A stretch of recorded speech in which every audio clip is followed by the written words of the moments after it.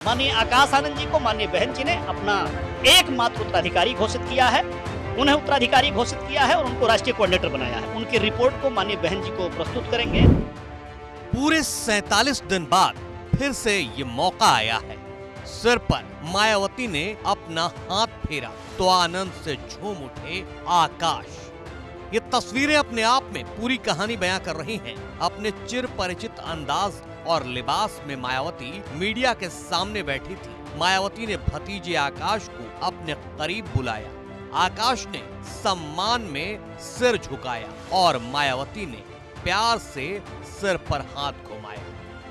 फिर मायावती ने पीछे खड़े अपने सहयोगी को इशारा किया और वो आकाश को मंच से लेकर जाने लगे। बस इतनी सी तस्वीर ने बीएसपी की पूरी पटकथा बदल डाली है। 47 दिन पहले मायावती ने अपरिपक्व बताकर जिस आकाश को जमीन पर ला दिया था, अब आनंद फिर से बीएसपी में आकाश जैसी ऊंचाइयां छुएंगे, क्योंकि पहले से ज्यादा पावरफुल होकर लौटे हैं।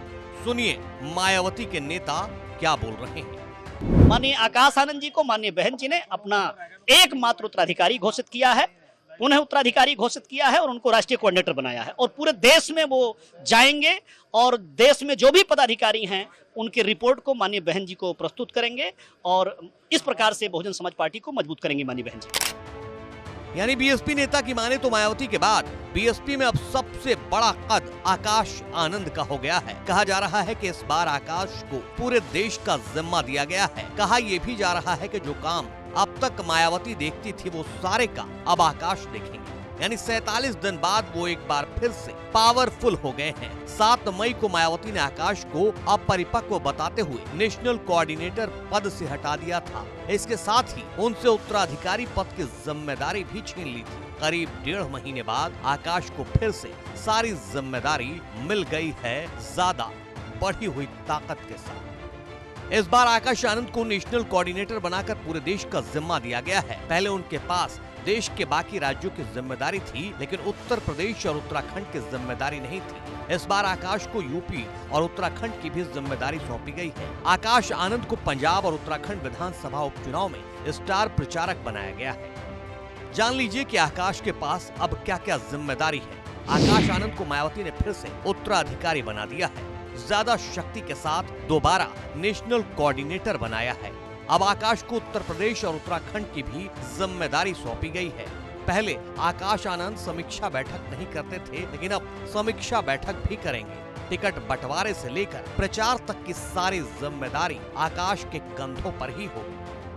47 दिनों में ही आकाश को लेकर मायावती की इस बदली हुई सोच को हालांकि सपा वाले अलग ही तर्क दे रहे हैं कि सब कुछ बीजेपी के इशारे पर हुआ था और अब भी बीजेपी के इशारे पर ही हो रहा है। बीजेपी वालों से माफी मंगवा दी हो या उनसे उनकी इजाजत मिल गई हो तो इन्होंने दोबारा उसको भाई वो कर दिया गया।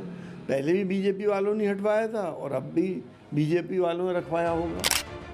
खैर ये सपा की दलील है, लेकिन कहानी इसके आगे ये है कि 2012 में सत्ता गंवाने के बाद से बसपा का ग्राफ लगातार गिरता जा रहा है। 2024 के लोकसभा चुनाव में तो बसपा की स्थिति 1989 से भी ज्यादा खराब हो गई। बीएसपी एक भी सीट नहीं जीत पाई। पार्टी का वोट शेयर दशकों बाद सिंगल डिजिट में आ गया है। पूरे देश में बीएसपी का वोट प्रतिशत केवल 2.04% है, जबकि 1989 में बीएसपी को 2 सीट मिली थी, लेकिन वोट शेयर तब 9.90% था। यानी बीएसपी इस वक्त अपने सबसे बुरे दौर से गुजर रही है। मायावती ने बीएसपी को भतीजे आनंद के हाथों में सौंपकर आकाश की बुलंदियों पर पहुंचाने का सपना संजोया है शायद।